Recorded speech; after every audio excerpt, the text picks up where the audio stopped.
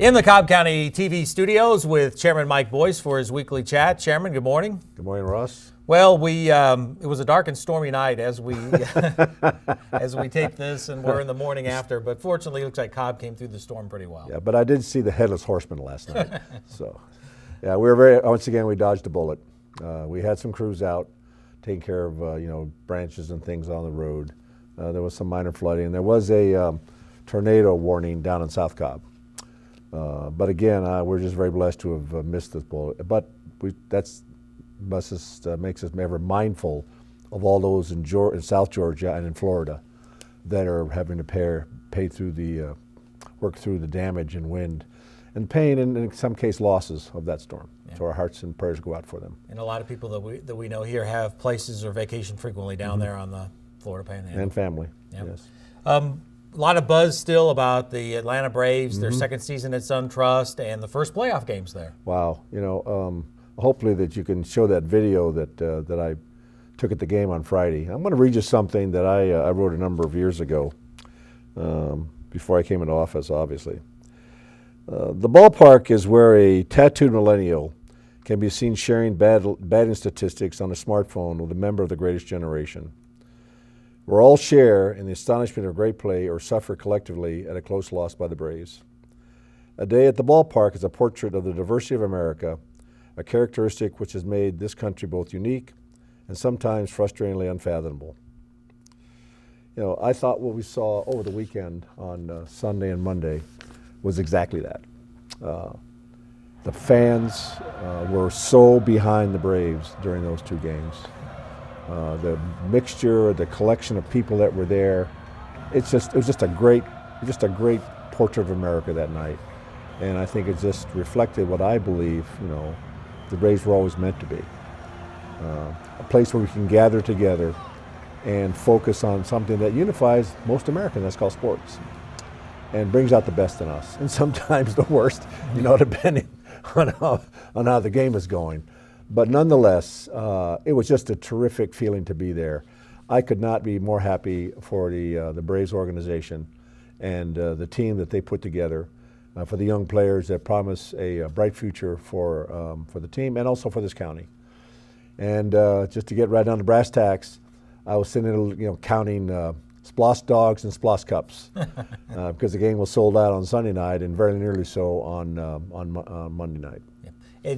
We had talked about this before, about SunTrust is kind of a polarizing topic still these many years later in the county.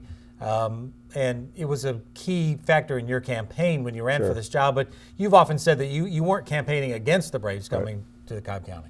No, as a matter of fact, in the same article, I said that I don't oppose Braves coming here. And for that reason, I love baseball. I grew up on the sport. I played the sport, not very well. But nonetheless, I understand the power of the game, nuances of it, but also I see what it does. It's an opportunity for us to all gather together in great crowds, but it was also a chance for the world to see what we have done, and I do mean a collective way, what we have done at SunTrust Park and the Battery. The world got to see the power of the fans, got to see a terrific stadium. There isn't a bad seat in that stadium, a great team with young players, and we put our best foot forward on those two nights, and we're going to have many more greats like that in the future. Yeah, and it was loud. It was loud at times. It was very loud. It's very loud. But the one thing that I think that we bring to the game is when they turn the lights out and everybody turns on their iPhones with their flashlights and we do the tomahawk chop. That is just so amazing. And along with also when you hear 41,000 fans, or close to 41,000, there were a few errant Dodger fans in the stadium there. Not sure how they got in, but given the tomahawk shot and the chant, and then when the batters get up and start to swing, the organ has to stop. It didn't matter. The fans are still chanting. It was just a great two nights. Yeah. I usually sit out in the outfield and watch the Tool race. That's one of our big things we like to watch out there. Well, there was some guy I think on Monday night who did the base in less than 20 seconds. Oh, gosh. The Falcons could use him right now. He was fast. Seriously.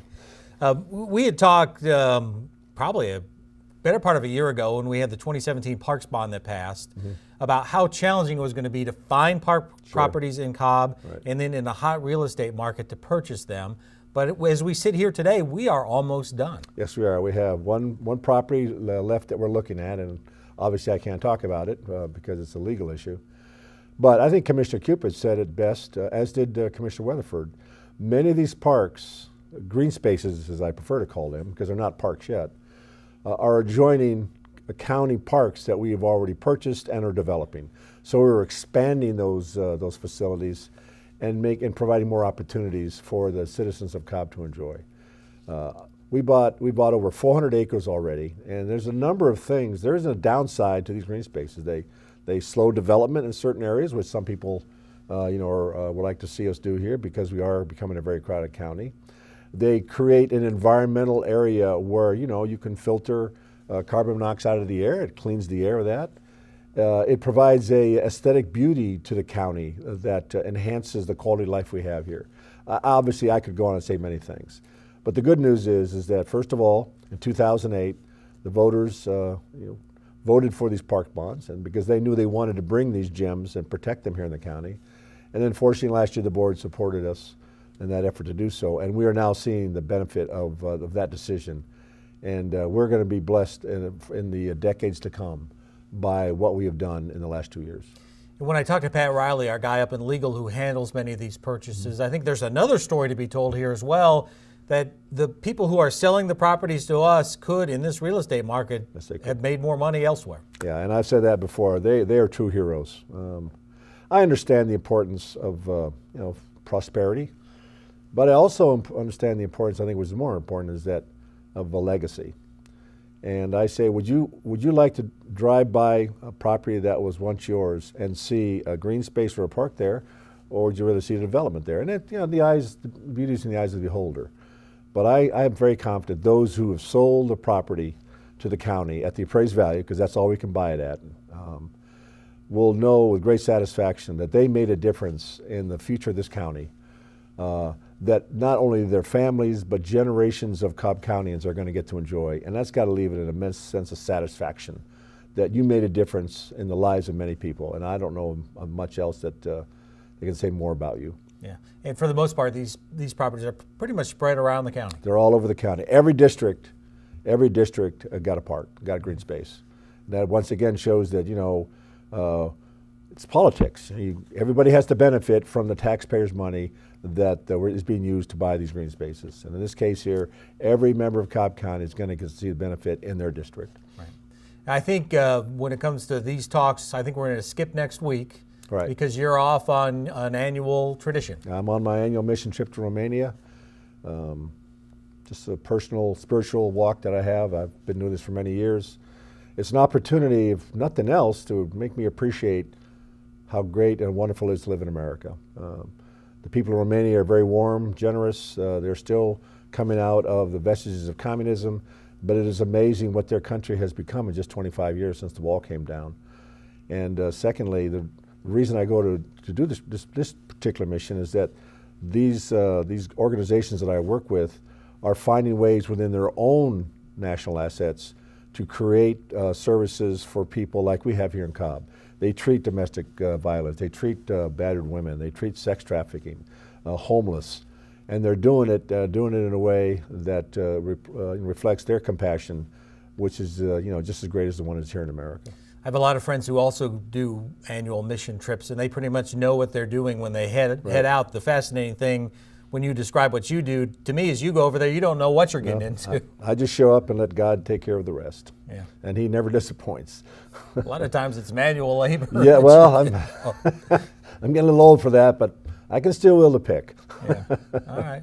Well, hopefully that goes well, and I guess we'll see you within 2 weeks as the business of the county keeps rolling along. All right, well. And keep subscribing to his newsletter, the commissioner's newsletters, and check out our social media pages to hear and see all about Cobb County. We will keep you updated. I'll be back. Thanks.